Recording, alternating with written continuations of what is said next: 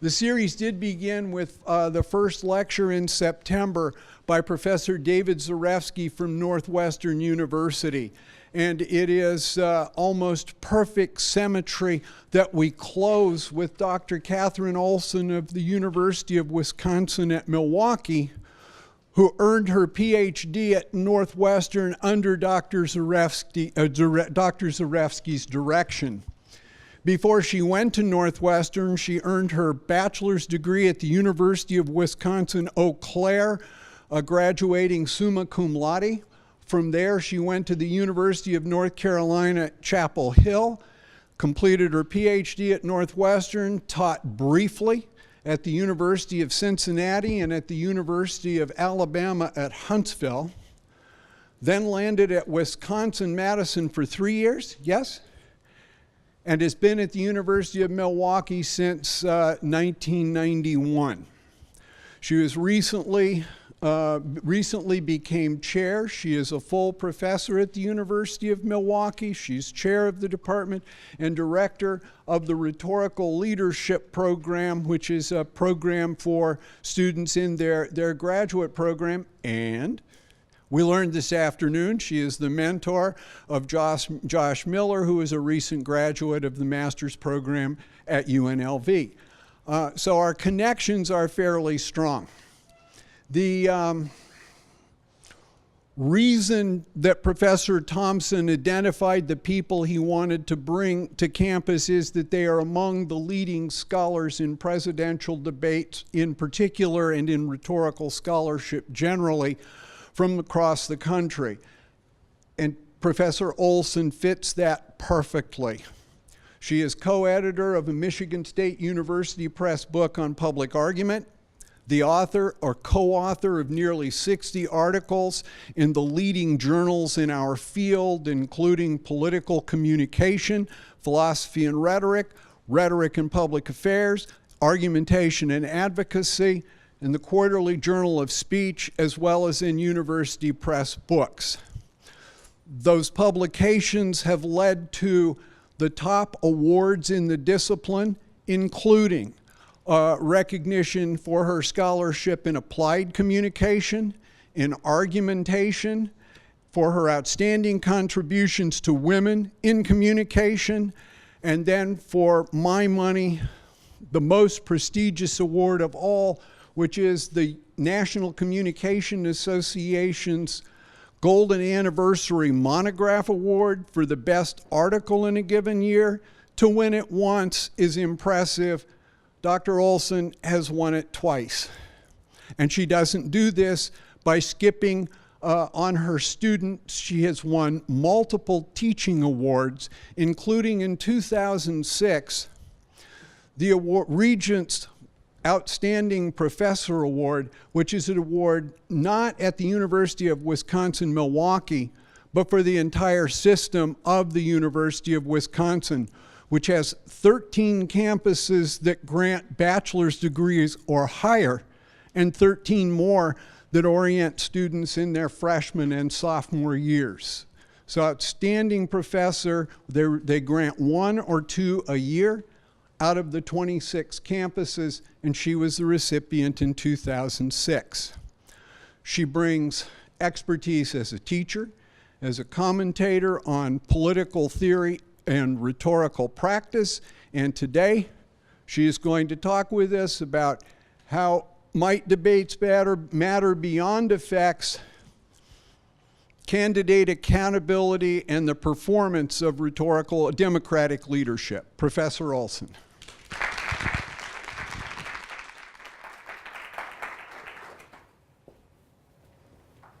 Thank you, Professor Henry, for that generous and kind introduction. I also want to thank Professor Thompson and the committee for the invitation to be here. I'm very honored to be part of this important series.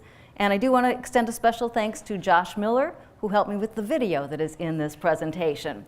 So as you know, he's a UNLV alum from his MA. He's one of my doctoral advisees now, and so I'm very grateful for his help.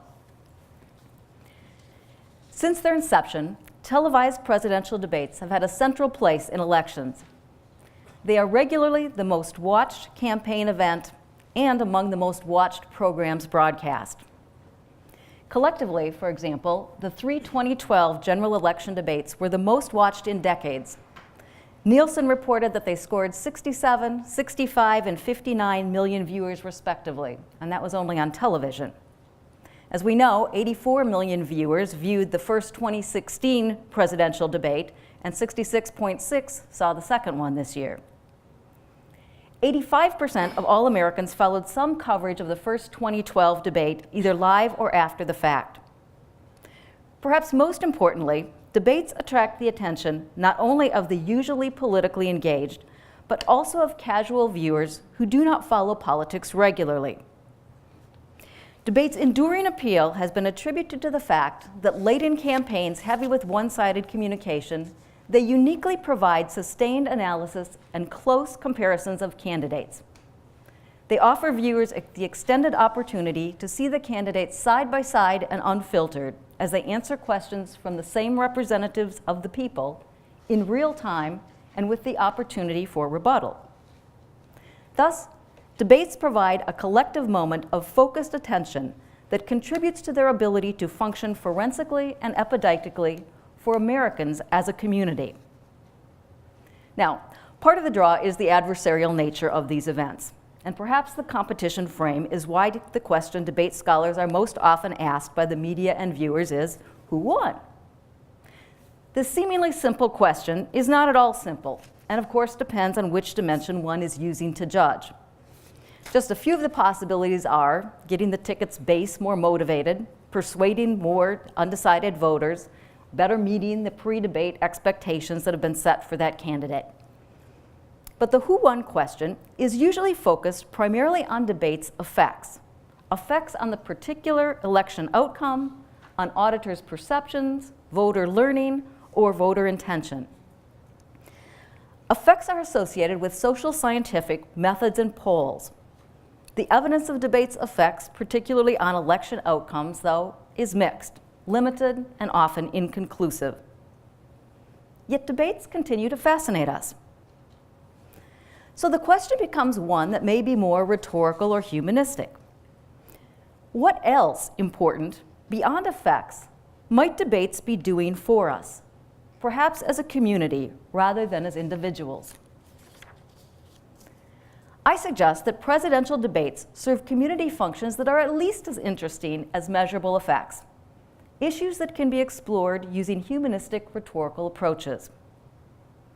Now, recently there have been renewed calls for such scholarship. Kate Polchevsky and John Fritsch, who edited a 2013 special issue of Argumentation and Advocacy on televised debates, observed that the disciplined study of campaign debates is now rather mature, yet intriguingly still relies heavily on social science methods, in spite of the field's interdisciplinary methods and the, quote, grounding of traditional academic debate in rhetoric and the humanities.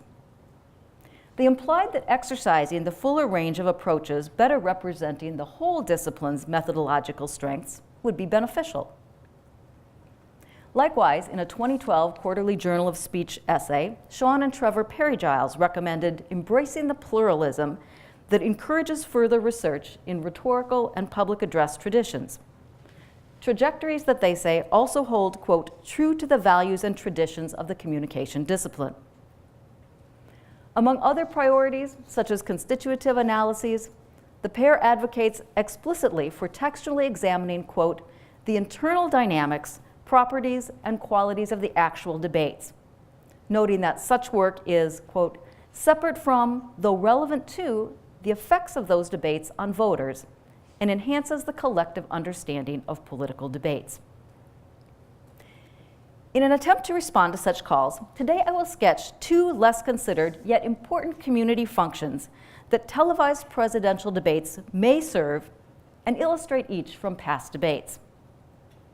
My first argument is that forensically, debates are important sites to hold leaders periodically and publicly accountable to the people for their deeds and promises, past as well as future.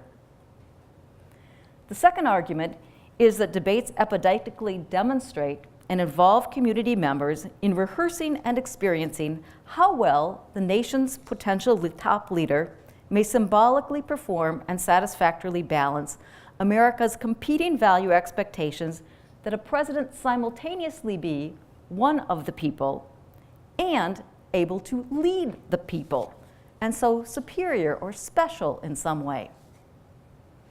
What is revealed about how debates operate in these two registers might be relevant, as Perry Giles and Perry Giles suggest, to how voters form judgments and make their voting decisions.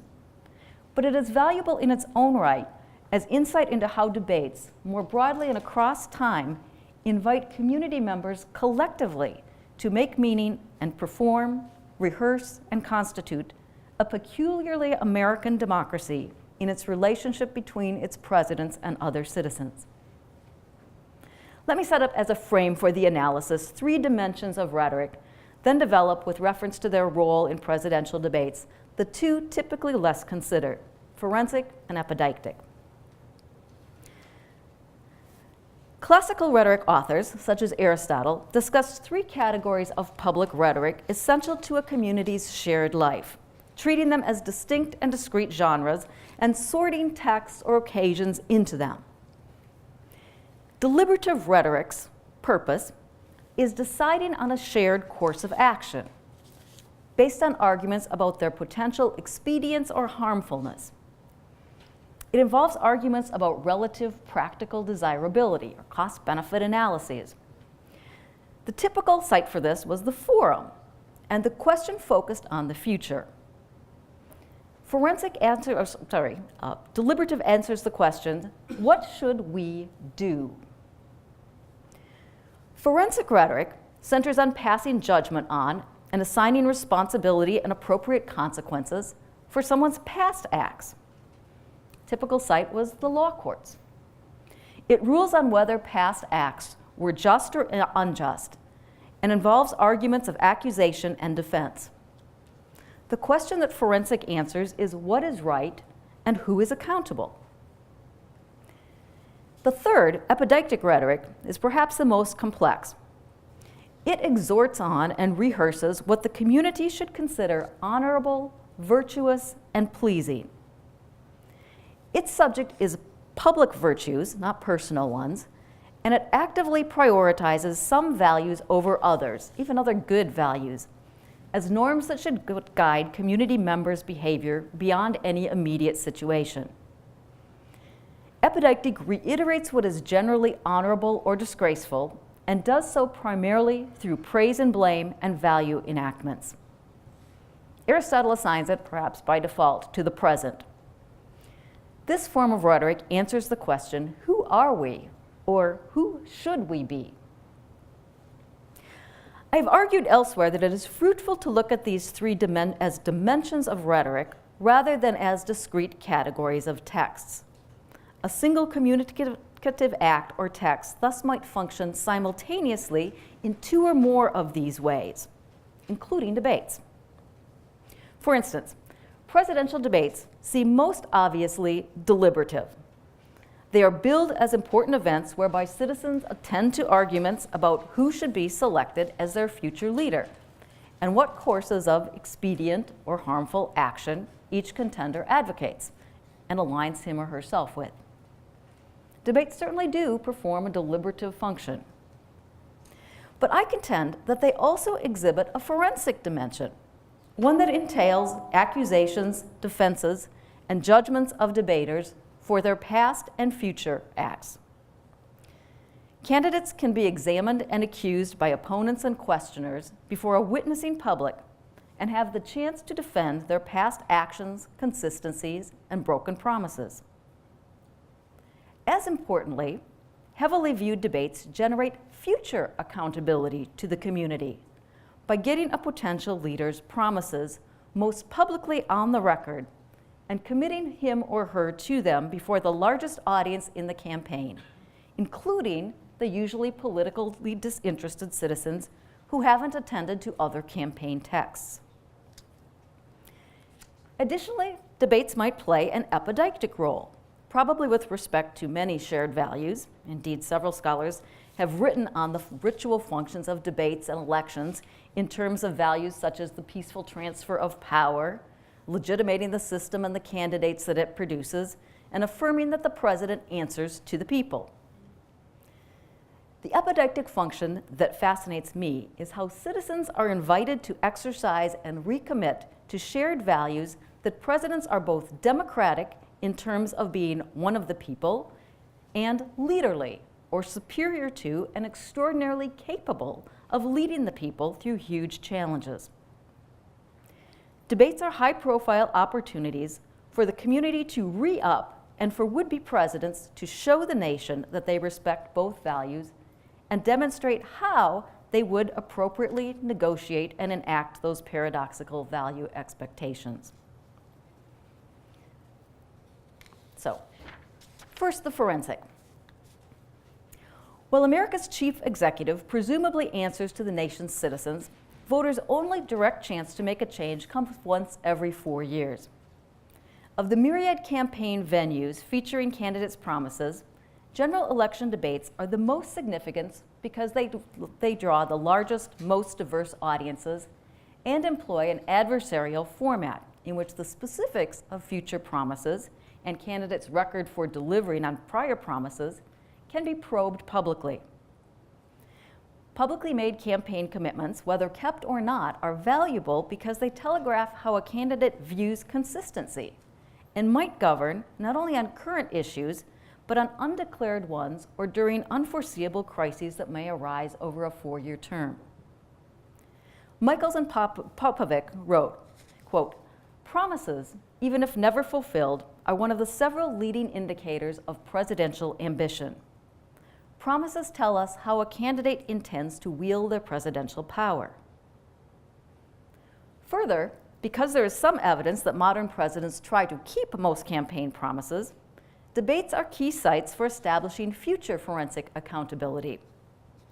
Jeff Fischel's 1985 study of presidents from Kennedy through Reagan found that they signed executive orders or submitted legislation fully or partly fulfilling 2/3 of their substantial number of remarkably precise campaign promises. Debates hold candidates accountable to the people for their past broken promises and inconsistent records. If one wins office, breaking a promise defended in a campaign debate creates serious trust issues with the voters, some significant enough to hamper re-election. Odds are good that a breach will reemerge in the forensic dimension in a subsequent election's debate crucibles. A textbook example is George H.W. Bush's promise, "Read my lips, no new taxes," which was made dramatically and without qualifications during his 1988 nomination acceptance speech. He said, "Congress will push me to raise taxes, and I'll say no, and they'll push, and I'll say no, and they'll push again, and I'll say to them, 'Read my lips, no new taxes.'" This promise was then probed and defended by the candidates in the second 1988 presidential debate. Then Vice President Bush denied that the phrase was misleading and that the Reagan-Bush ticket had broken such a pledge in the past, arguing that he fundamentally disagreed with, quote, "those pessimists who say holding the line on taxes can't be done." Meanwhile, Michael Dukakis, Bush's 1988 opponent, refused to make similar promises and suggested that neither one of them could sufficiently anticipate the future to credibly make such a pledge. Some of Bush's political advisors had urged him not to make the commitment because it could not realistically be kept. Others argued that voters understood that it could not be kept, so the fallout would be manageable and possibly could be used to successfully cast Bush as politically courageous. They were wrong. Once president, Bush agreed to raise taxes, riling voters in spite of his other accomplishments. The move damaged his re-election chances. In the third 1992 debate, challenger Bill Clinton forensically used his second speaking term to attack Bush's broken promise. Bush countered that Clinton referred to a Democratic tax increase that Bush had not wanted but went along with and now characterized as a mistake, to which he was honorably admitting. Voters were angered not so much by that their taxes had been increased as by their belief that Mr. Bush had lied to them, breaking not a routine promise, but a sacred compact. Bush justified his decision, then apologized, then repledged, but to no avail with the public. Voters found Bush guilty of inconsistency and failing to carry out his pledge with integrity. The most recent example of the forensic dimension helping to hold candidates accountable for keeping promises made or defended in an earlier cycle's debates involves Barack Obama's unqualified statement that under his health care reform, if you like your plan, you can keep your plan. It was a promise that then Senator Obama had put on record back in the 2008 debates with Senator John McCain before the Affordable Care Act, the ACA, was drafted. He stood by it in his 2012 re-election campaign's first debate and then was repeatedly held accountable for it during his second presidential term. There were no qualifications on Obama's promise in 2008 or through the 2012 election, though by his 2012 re-upping of the statement, the Health and Human Services regulations enacting the Affordable Care Act were in place and posed a clear obstacle to Obama fulfilling this unqualified claim. As in Bush's case, it later became public news that Obama's team internally debated whether to use a more accurate version of the campaign promise, but the political aides overruled the policy aides and deliberately decided against stating qualifications to avoid cluttering or confusing the president's campaign message for political advantage. The subsequent public furor that Obama faced after re-election in late 2013 and into 2014 highlights the significance that people place on debaters being forensically accountable in the future for specific promises and how prosecution for departures may follow an elected leader into the future and across time. The case became a painful instance of progressive or shifty apologia as the press and social media prosecuted on behalf of angry citizens. Obama's failure was exacerbated by a disastrous transition to the new system and the administration's multiple faulty attempts to manage or defend against the outrage at the broken promise. So this was Obama's multi-staged refutation. First, the president tried to slip in post hoc or after the fact qualifications on his promise. In a speech at Faneuil Hall after his Health and Human Services Secretary was grilled before Congress and apologized for the debacle of Obamacare's rollout, the president minimized the consequences of the broken promise. Quote, "For the vast majority of people who have health insurance that works, you can keep it. For the fewer than 5% of Americans who buy insurance on your own, you'll be getting a better deal. So only 5% of you are affected by the broken pledge." He justified sliding to this qualification by shifting blame to insurers and parsing the timeline of his promise to claim overall consistency. Now, if you had one of these substandard plans before the Affordable Care Act became law and you really liked the plan, you were able to keep it. That's what I said when I was running for office. That's part of the promise we made. But ever since the law was passed, if insurers decided to downgrade or cancel these substandard plans, what we said under the law is you've got to replace them with quality, comprehensive coverage, because that too was a central premise of the Affordable Care Act from the very beginning. As the backlash built, Obama next suggested that Americans had misheard his promise, implying that the qualification had been featured overtly in his campaign. He said, quote, "Now, if you have or had one of those plans before the Affordable Care Act came into law, and you really liked that plan, what we said was you can keep it if it hasn't changed since the law passed." The press and the public swiftly corrected him. Obama third took the position that when he repeated 2008's promise during the 2012 campaign, the administration had not known that some plans could not be grandfathered. Yet his reforms math only ever worked if some plans were excluded. The Wall Street Journal's report of the Obama team's internal tussle over whether to highlight that information during the campaign proved they knew, and demands for public accountability mounted. A fourth attempt to avoid accountability for the broken promise suggested that the administration did not know that the citizens could not discern from Obama's statements that they couldn't keep their shoddy insurance plans. If you were smart enough to like the right kind of insurance, you probably would have understood then. Plus, citizens only should like plans that deserve to be liked, according to the Affordable Care Act. At this spin, even the usually progressive Huffington Post piled on. Quote, the Obama administration's argument here basically boils down to, well, you shouldn't like those plans.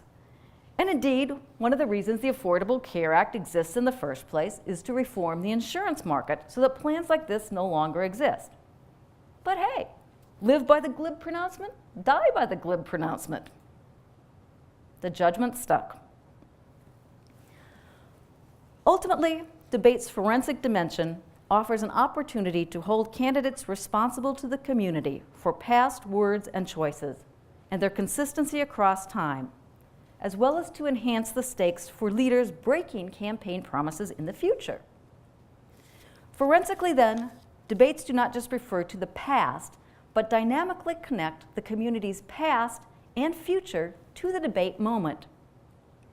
They enhance the stakes and accountability for, and hopefully increase leaders' forethought regarding debate promises that are strategically attractive for the immediate deliberative goal of getting elected, but that cannot be kept.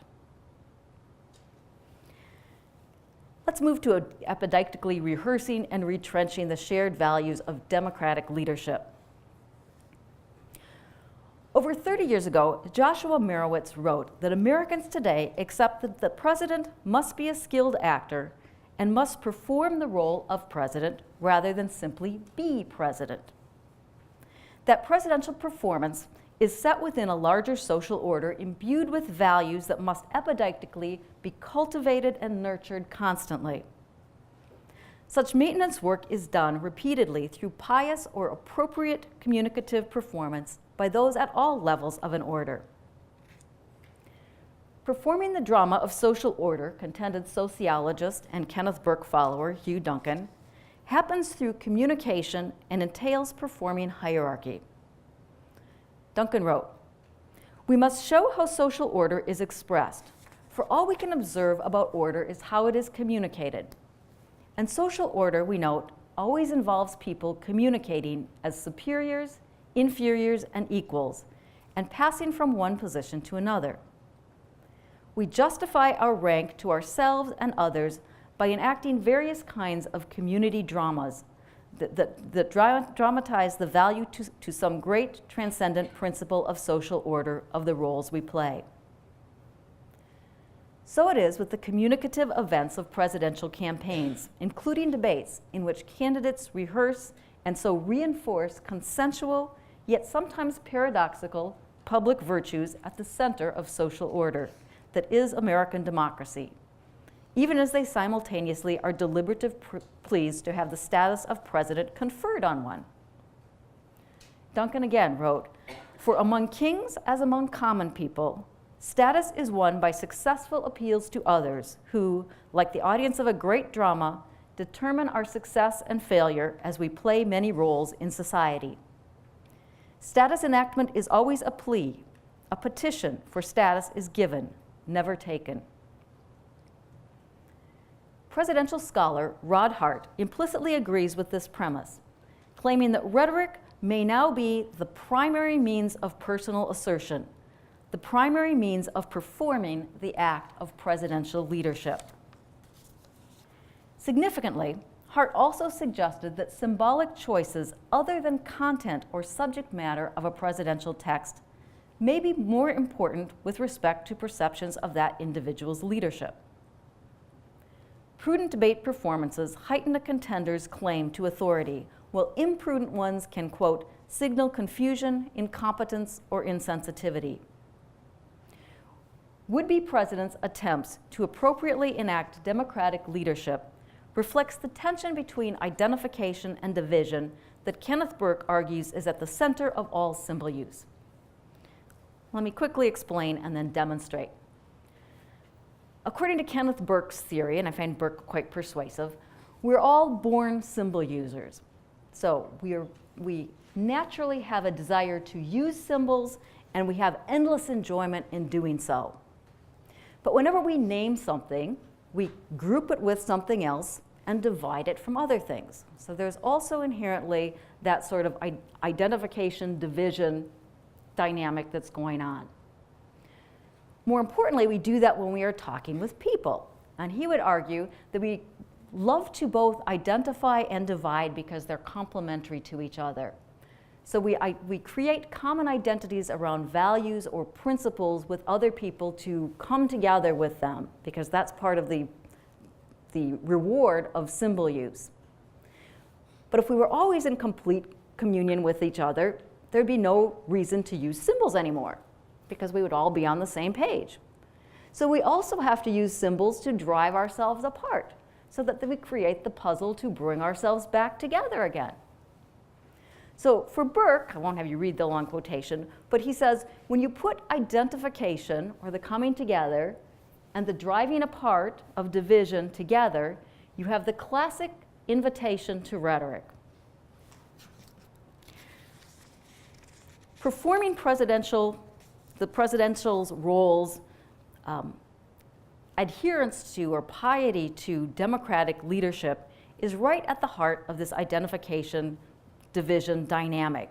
And this is where we epideictically maintain and reaffirm the American order's organizing principle, and people get to defend their rightful place at the top of it for that deliberative step. How does this look? On the one hand, it's democratic. Perhaps because Americans embrace the romantic American dream and the belief that in this democracy anyone can become president, they expect candidates to perform democratically. So citizens examine candidates' willingness to be responsive servants of the people, to subordinate their personal interest to the public interest, to relate as ordinary individuals with whom all Americans can identify, and to understand the daily challenges of citizens from all walks of life. Successful candidates must somehow stake a credible claim to identification with everyday Americans. On the other hand, they have to perform division or hierarchy to show that they are qualified to be the leader of the group, or at the top of the hierarchy. Simultaneously then, citizens assess which contender seems best suited to head this nation's powerful hierarchy. Performing piously as the top leader requires fundamentally being divided from and superior to other Americans in the order. Extraordinary, able to take charge of huge public problems, to inspire rather than take orders. Thus, successful candidates must somehow demonstrate that they are exceptionally able and can carry out the presidency's special mystery. Honoring these two conflicting expectations and negotiating the resulting tensions, especially in debates, is crucial, yielding important performative moments of respect for the social order. Now, it's easy to find examples where someone fell short in performing this difficult balancing act between democratic and leadership. But I want to share one rare good example where a candidate got the tricky balance just right. It happens to be Ronald Reagan in the 1980 GOP primary debate in New Hampshire. Let me set up the clip. There were 7 Republicans contending for the nomination. They were coming off the Iowa caucuses, where George H.W. Bush had won in an upset victory over Reagan. Part of the problem, as Reagan perceived it, was that the others had all decided to debate, and Reagan had refused, wanting to appear above the fray and confident, claiming he didn't want to divide the party as his reason to not be there. But this was perceived as elitist and undemocratic. Iowans were put off. So Reagan was eager to follow the people's wishes and debate in New Hampshire, but he hit a snag. The League of Women Voters had not been able to collect enough money for all 7 Republicans to debate, even though the League had sponsored a debate in Manchester, New Hampshire, several days before that had all 7 people. So in Nashua, a newspaper decided to sponsor a debate between the 2 frontrunners, Bush and Reagan. 3 of the other candidates cried unfair advantage and filed complaints with the Federal Election Commission, which agreed with them.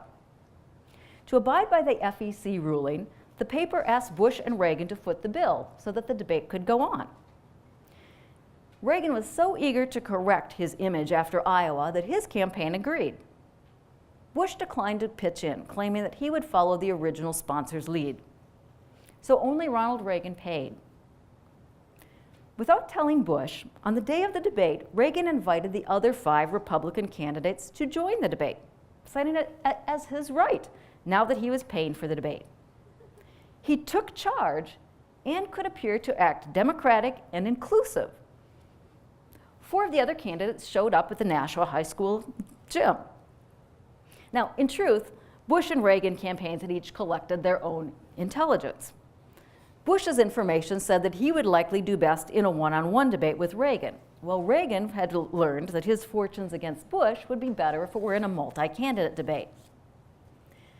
As Reagan and the newspaper officials wrangled because the paper wanted to keep its original 2-person format, the other candidates waited in the wings. Bush, playing it safe, stayed out of the negotiations entirely and refused to see the other candidates. The paper decided that the other candidates could not join the debate, but could make statements at the end. However, the statements followed Reagan onto the stage. The candidates trooped onto stage and stood behind the 2 seated debaters. Reagan wanted to explain the delay to the audience before the debate began, but the moderator resisted his attempt. Bush coolly, perhaps perceived as indifferently or superiorly or passively, sipped his water and waited. Then came this Ronald Reagan moment that cemented Reagan's image as a democratic leader who could enact presidential demands of performing democratically by including others and other less powerful voices so that the people could hear all the contenders, while also acting as a competent take-charge leader superior to the other potential leaders on stage, because all but one of them depended on him to even get them there, and he was paying for the debate for Bush to be there. Let's look at this clip of Reagan's GOP 1980 performance in Nashua, New Hampshire. And you'll see in the video, in the bottom right corner at one point when the camera pulls back, George Bush sitting there. You'll see the reaction of the other candidates as well as of the audience.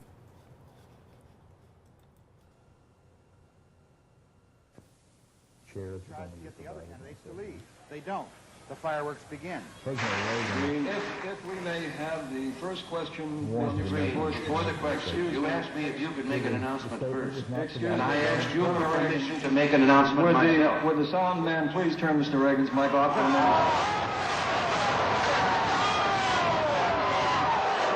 minute? Is this on? Mr. Green, Did you turn that microphone you off, asked for me if you would... I am paying for this microphone, Mr. Speaker.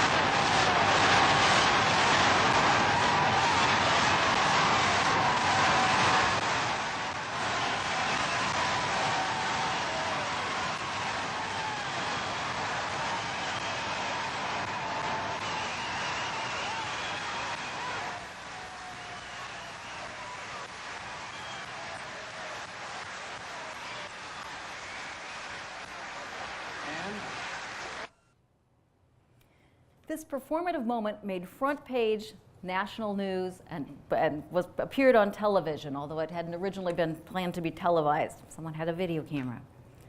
It's credited with turning the tide of the election. Bush took 50% of the votes in a 7-person field in New Hampshire and beat frontrunner Bush by a 2-to-1 margin. Reagan was able to build off this lead in Massachusetts and the South as he'd not been able to do in 1976. The moment helped opponents paint Bush as an elitist, riding to the hounds establishment Republican. And Reagan became the Republican nominee and the next president. In 2012, Obama and Romney entered the first debate with serious yet opposite challenges in establishing themselves as balanced rhetorical leaders, Democratic leaders. Given his first-term record, Obama needed to reassert his ability to be an effective leader. He usually convincingly presents as someone who relates to and cares about ordinary people and all the people. However, his lackluster performance in the first debate further damaged his image as an effective leader and actively undermined him on the Democratic part of the equation, forcing the president and his advisees to work to reclaim the campaign over a grueling 30 days.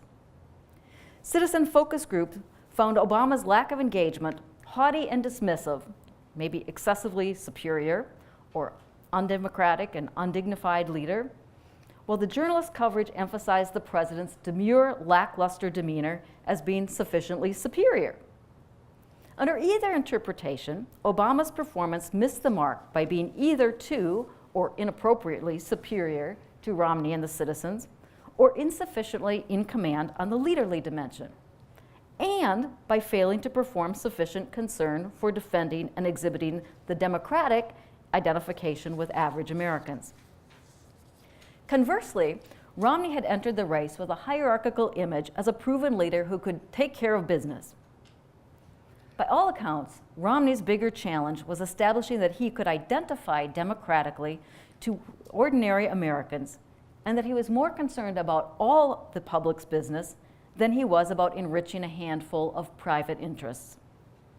Democratic ads and surrogates cast him as an out-of-touch multimillionaire who did not even pay his fair share of taxes. Aggravating the problem was a leaked video of Romney disparaging to a group of donors 47% of the Americans as self-styled victims and takers, adding, "My job is not to worry about those people. I'll never convince them that they should take personal responsibility and care for their lives." Prior to the first debate, 45% of those surveyed by NBC and the Wall Street Journal said that Romney's 47% comment made them feel negative toward him. Romney's advisor knew that the first debate performance was essential to clear the hurdle of his willingness and ability to enact the democratic value in light of the controversy. He needed to, quote, create a genuine moment to cultivate identification with ordinary Americans. In fact, both the media and Romney's campaign team saw the first debate as do or die for his electoral chances. Then, illustrating my point that epideictic dimension of debates might matter as candidates for the coveted role attempt to enact the paradoxical expected values underlying this particular social order, Romney turned in a stunningly appropriate first debate performance that showcased him as both a centrist who could piously enact the role of leader as well or better than his debate rival, and that he could perform the role of relatable human being. Most notably, Romney exhibited a concern for ordinary Americans' troubles that was at odds with Democrats' portrayal of him. He, quote, smartly injected people that he had met along the campaign trail to illustrate his policy points and drive home his connection to average people, said the Washington Post.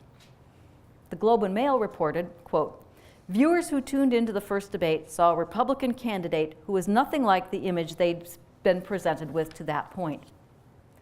Mr. Romney spoke compassionately of unemployed people he had met on the campaign trail.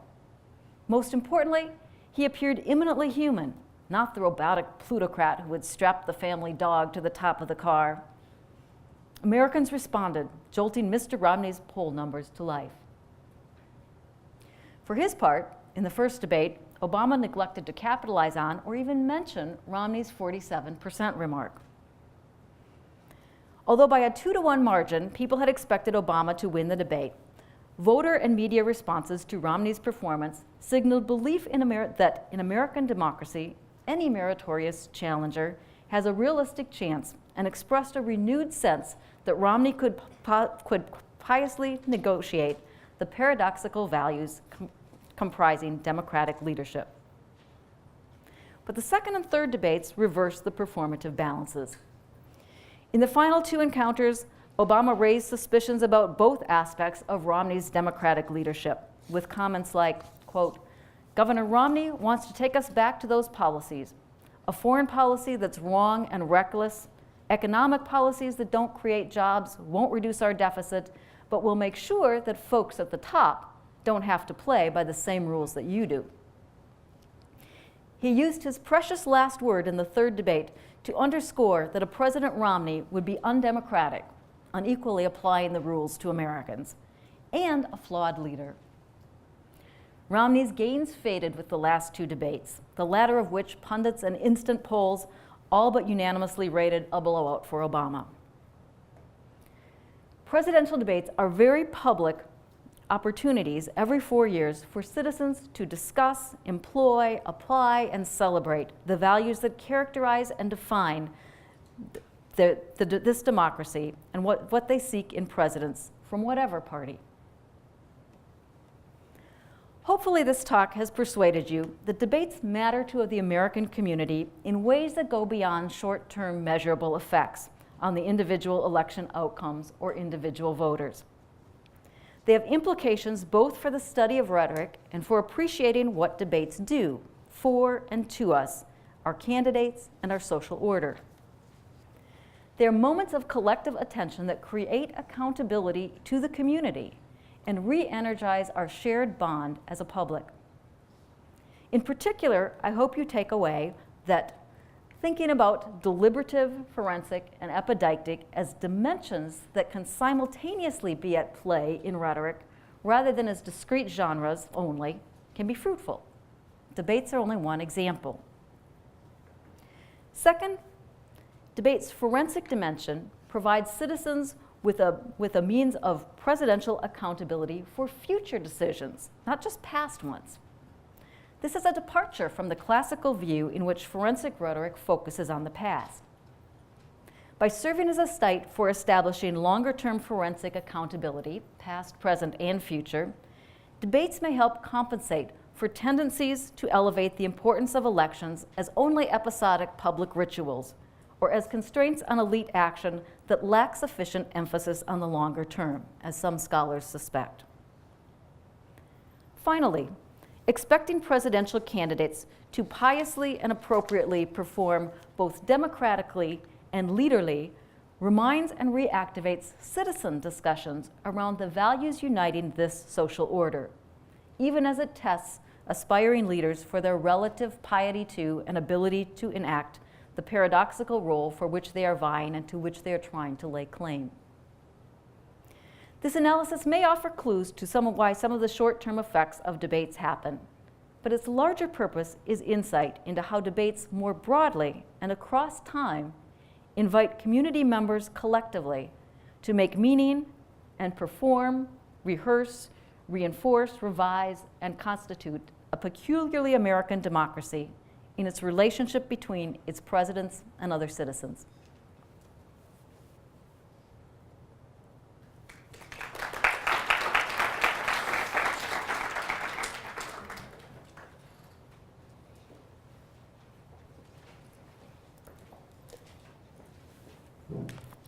Thank you very much, Dr. Olson. You're welcome. Wonderful job. Thank you. Thank you. Excuse me for just 1 second here. Sorry. Thanks, Tyler. All right. Please join me in thanking Dr. Olson one more time for her lecture. Thank you. Thanks again to our sponsors, to UNLV Libraries, the Presidential Debate Campus Engagement Committee, and to Dean Rob Ulmer of the Greenspun College of Urban Affairs. And thanks to all of you for being here to participate in this interesting discussion. I hope everyone learned some things, and we have some questions from the audience. So we'll start with Tuffy here. You ready? Okay, so the first question is, how, if at all, does the emphasis on epideictic rhetoric illuminate the first two debates of 2016? Ooh, that's a great question. Actually, I think that epideictic dimension illuminates even beyond the first two debates. When you look at this year's campaign, you really see that we have different challenges, but not opposite challenges as we saw in 2012. On the Trump side, we had a person, again, coming into the debates for the first time. We have someone who we believe to be leaderly, although we were questioning the success of that leadership.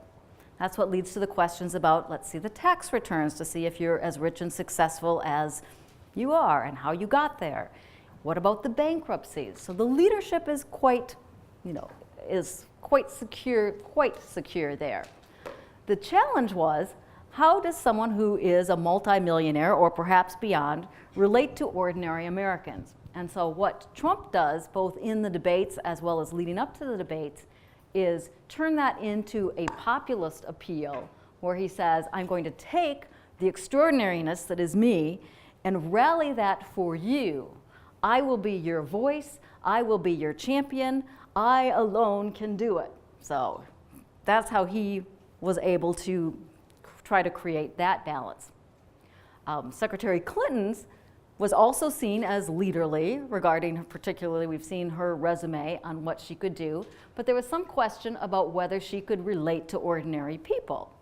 And this was particularly pressing for her coming into the debates because she was accused of not having given many media interviews, not being accessible to the people.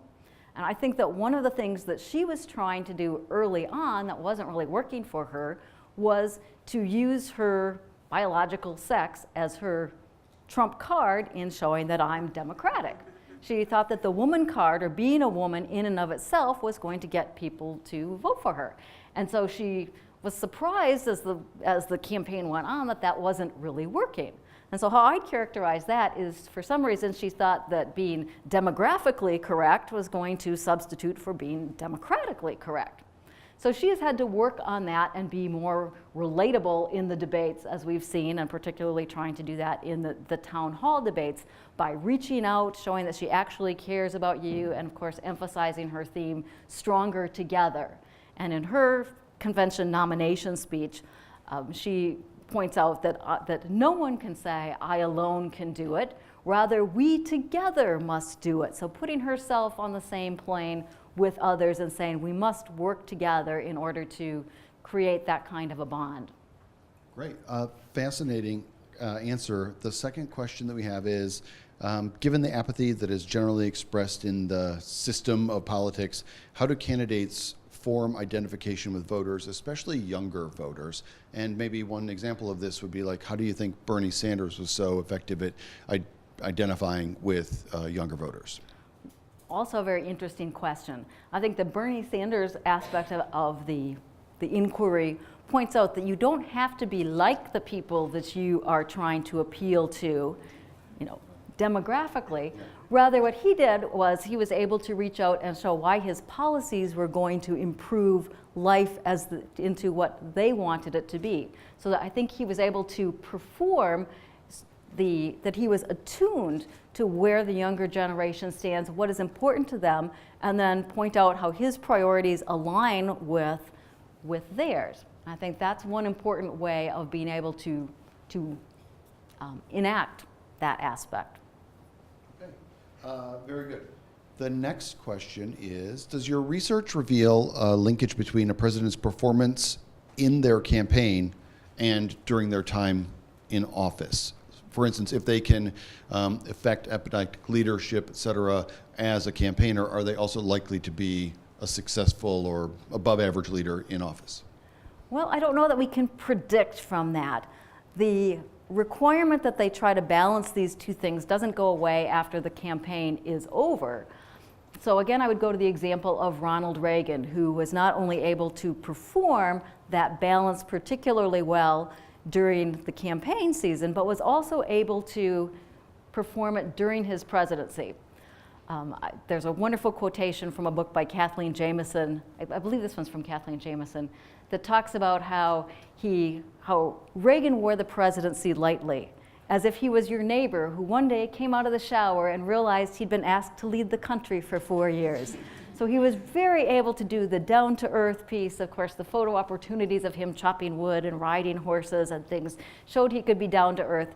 But he could also wear a suit, perform, and stand up to foreign leaders. And perhaps it's because he was an actor, but he was the person who was able to really perform that throughout 8 years in the presidency. On the other hand, a counterexample to an example of where this perhaps didn't work out quite so well was Jimmy Carter. Now, not quite a fair comparison, because after the Nixon-Ford years, we were looking for someone who did not perform the imperial presidency. So we were looking for someone who was more on the Democratic axis, perhaps, than the leaderly one. And he performed that to a T, of being a common person. On the campaign trail, he carried his own luggage, and he continued to do that even while he was president. But that wore thin if you can't do the leaderly part as well. And so he was criticized, if you'll remember, for wearing jeans to the Oval Office and wearing a sweater when he appeared on TV sometimes, and being almost too ordinary and down home, not being able to do the balance as well. So while he was able to pull it off successfully enough to win the presidency, one might say that the performance was uneven during his time in office. So it sounds like they're walking a tightrope during the campaign and as president. All the time, since epideictic rhetoric has to be, or the values have to be epideictically cultivated all the time, consistently, the problem doesn't go away once the election's over. This is an interesting kind of practical application question, I think. Could you identify any of the GOP candidates from the primary who were not selected as the nominee, who you believe performed the dimensions of leadership that you've described well? Oh, I'd rather not. If that's Okay. we could just go to Well, the I thought we would try and get you in trouble while you're here. You've only got a couple minutes left, so is that a pass? I really, Okay. All right. Next question.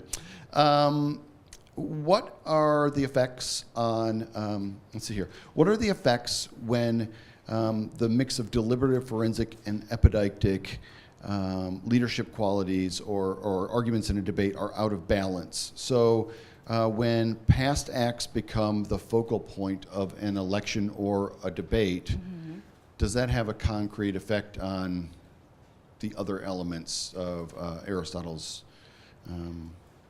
genres? I do think that the George H.W. Bush example shows that it can, because really he had many successes, but the raising taxes when he had promised he wouldn't did seem to get disproportionate attention and weight when he tried for re-election in a way that maybe wasn't fair if you looked at the whole array and weighed things evenly or for the impact on them, but did seem to have extraordinarily impact when it came to how people responded to him. Okay. And I think that the food is nearly ready here. I think we have time for one last question. And it's kind of open-ended here. What's something that you're looking for in the final debate, which I'm sure you know will be here at UNLV in just a few days? If just in terms of as an observer of presidential debates, what's something that you're expecting, hoping for, thinking about, wondering if it might happen? Well, what I'm expecting and what I'm hoping for are two very different things. Same here. Yes. So I guess what I would hope for would be a return to a focus on the policies, and maybe a return to the deliberative in this case would be great, and a new commitment to the epideictic, where we could see people acting, the candidates acting both as the kind of leaders we would expect, but also as the kind of down-to-earth people that we would expect. So those would be my hopes, that the deliberative and the epideictic dimensions would dominate the third debate. My fear is that, like the second debate, we are going to stick with the forensic dimension, and that it will basically be attack, counterattack for past actions or past actions of others with whom one is associated, whether that be one's staff or one's spouse or whoever, and that will, at this point, that will sink even lower because there's nothing left to lose. On that note, I think that's an appropriate place to draw our question and answer session to a close. Please join me in thanking Dr. Olson one more time for being here. Thank you.